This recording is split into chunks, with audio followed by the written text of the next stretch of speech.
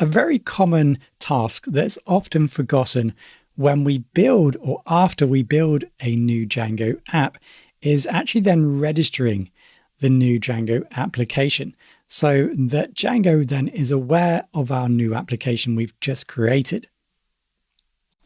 We have now seen to create a new Django project, we run the start project command that builds a new Django project. At this point, Django is aware and knows about this new Django project here called core and all the files and maybe the settings that we change within this. I explained in the previous tutorial that our application is generally made up of multiple apps. By breaking down our application into smaller chunks, it makes our application easier to build and manage. Whenever we create a new application, we need to tell Django or register this new application with our core project. By registering our new app within our core project here, it means that whenever we run Django, Django will not only look for our core project folder, but it will also look for all the apps that is associated to our project. Now, this may not be very important at the start of your project, but once you start building models and views and templates and so on, Django is going to need to know about them, and it won't know about them in these individual apps unless we have told or have registered our new applications within our core settings file.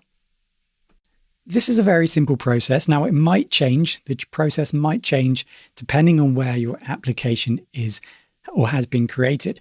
Now here we're using, let's call this the default approach, whereby we created a new app in the previous tutorial in the root folder of our project here. Now, if we were to create this project like we demonstrated inside the core folder, registering this product would be slightly different, but we're just going to follow this approach for now. So here we have the app in our core project folder here. So we go into core, that's our main project folder that we created, and go into settings. Now, if we go further down in our settings, starting at line 33, we have the installed apps. This specifies all the current apps that are currently installed that we want to connect to this project that we've built.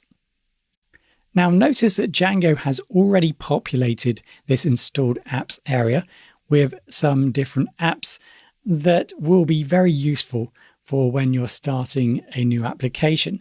For example, static files. If you have or building a website which has static files such as JavaScript files, CSS files, and so on. So that gives us that type of facility. Django provides messages. We can pass messages from Django to maybe the website. So we have that, sessions, content types, orphan admins. These are all tools that will be very useful when we're building applications. We can remove them if we don't need any of these services. However, generally, and for now, we're not going to do that. Now, what we need to do is register our new application, and it's very simple. We simply just need to pass the name of the app. So new app. Now, I always recommend, it's not necessarily needed, but I always recommend to include the comma at the end because it's so easy to forget it when you build a new app, and then that will cause an error. So just out of practice, add a comma at the end. So to summarize what we've learned here, don't forget to register your app in the settings file whenever you build a new app.